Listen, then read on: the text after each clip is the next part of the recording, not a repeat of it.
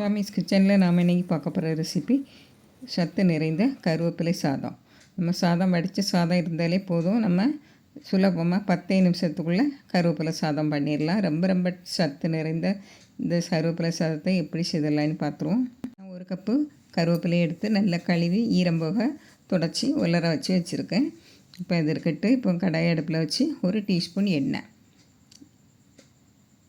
1 teaspoon எண்ணெய் போதும். இதில் ஒரு 5 பல்லு பூண்டை நான் 2 கட் பண்ணி போட்டிருக்கேன். அப்படின்னா தான் சீக்கிரம் பொரிஞ்சு வரும். 2 காரத்துக்கு தேவையான அளவு பச்சை மிளகாய் நான் 2 போட்டிருக்கேன். உங்களுக்கு காரத்துக்கு தேவையான அளவு போடுங்க. இது மீடியமாக தான் இருக்கும். இப்போ நல்லா பொரிஞ்சு வரட்டு. இப்போ இதில் பொரிஞ்சு வந்ததும் கருவேப்பிலையை போட்டு நல்லா வதக்கி விடணும். கொஞ்சம் ஓரளவுக்கு கிறிஸ்பியாக வந்தால் போதும். இப்போ பூண்டுகள்லாம் நல்லா செவந்து நல்லா வதங்கி வந்ததும் இதில் ஒரு சின்ன துண்டு புளி, ஒரு சின்ன நெல்லிக்காய் அளவு புளியை போட்டு நல்லா வதக்கி விட்டுருங்க. இப்போ இதில் ஒரு 1/4 டீஸ்பூன் ஜீரகம் போட்டு நல்லா வதக்கி விட்டுருங்க. இப்போ நம்ம இதை எடுத்துடலாம். ஒரு பாத்திரத்தில் எடுத்து ஆற வச்சு மிக்ஸி ஜாரில் மாற்றிடலாம். இதை கொஞ்சமாக தண்ணி விட்டு நைஸாக அரைச்சி எடுத்துருங்க.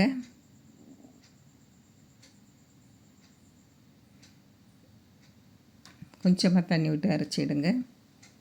நல்லா அரைப்படணும், அதுக்கு தான் தண்ணி விடுது. பாருங்கள், இப்படி நல்லா மையாக அரைச்சி எடுத்துருங்க. இப்படி இருக்கட்டு. அது ஒரு சைடில் இருக்கட்டு. இப்போ கடாயை அடுப்பில் வச்சு 1 டேபிள் ஸ்பூன் எண்ணெய் விடுங்க. எண்ணெய் காய்ச்சதான் கடுகு நல்லா பொரியட்டு. நல்லா பொரிஞ்சதும் ஒரு 2 டேபிள் ஸ்பூன் போல் வறுத்த வேர்க்கடலை போட்டிருக்கேன். பாருங்கள், நான் வறுத்த வேர்க்கடலை தான் போட்டிருக்கேன். நீங்கள் பச்சை வேர்க்கடலை இருந்தாலும் போட்டு நல்லா பொரிய விட்டு எடுத்துடுங்க. இப்போ 1 டீஸ்பூன் கடலைப்பருப்பு, 1 டீஸ்பூன் உளுந்தம்பருப்பு போட்டு நல்லா பொரிய விட்டுருக்கேன். இதில் உங்களுக்கு இது ஆப்ஷனல் தான். நான் ஒரு 10 போல் முந்திரி பருப்பை போட்டிருக்கேன். உங்களுக்கு தேவைன்னா போடுங்க, இல்லைன்னா விட்டுருங்க. இப்போது பெருங்காயத்தூள் போட்டால் நல்லா வாசனையாக இருக்கும். கருவேப்பிலை, கொஞ்சமாக கருவேப்பிலை போடுங்க. ஒரு காஞ்ச மிளகாய் நான் கிள்ளி போட்டிருக்கேன். அது முதல்லே போட்டிருக்கேங்க எண்ணெயில். நான் முதல்ல மறந்துட்டேன், 2வது போட்டிருக்கேன். இப்போ 1/4 டீஸ்பூன் மஞ்சள் தூள் போட்டு நல்லா வதக்கி விட்டுக்கிட்டு இப்போ நம்ம அரைச்சி வச்ச கருவேப்பிலையை விழுதாக போட்டுருவோம். போட்டு நல்லா வதக்கி விட்டுருங்க. இந்த பச்சை வாசனை போகணும். இந்த மிக்ஸி ஜாரை அலசி கொஞ்சமாக தண்ணி விட்டு வதக்கி விடுங்க. இப்போ இதில் இந்த சாதத்துக்கு தேவையான அளவு உப்பு, அதாவது சாதத்துலேயும் உப்பு போட்டு வடித்து வச்சுருந்தேன், அதனால் இதுக்கு குறைச்சி உப்பு போட்டால் போதும். பாருங்கள், நல்லா பச்சை வாசனை எல்லாம் போட்டு சாதம் நல்லா உதிரியாக இப்படி வடித்து வச்சுக்கிடணும். உடித்து ஆற வச்சுக்கிடணும். கொஞ்சம் குழஞ்சிட்டு இப்போது பரவாயில்ல. ஆனாலும் நம்ம அதை எடுத்து கொஞ்சமாக நல்லெண்ணெய் மேலே விட்டு அப்படியே ஆற வச்சிட்டேன்னா கொஞ்சம் உதிர்ந்து வந்துடும். நல்லா உதிரியாக வடித்து வச்சுக்கிடுங்க. அப்படின்னா தான் நல்லாயிருக்கும். இது கொஞ்சம் குழஞ்சிச்சு பாருங்கள். இது 2 பேர்த்துக்கு தேவையான அளவு சாதம்.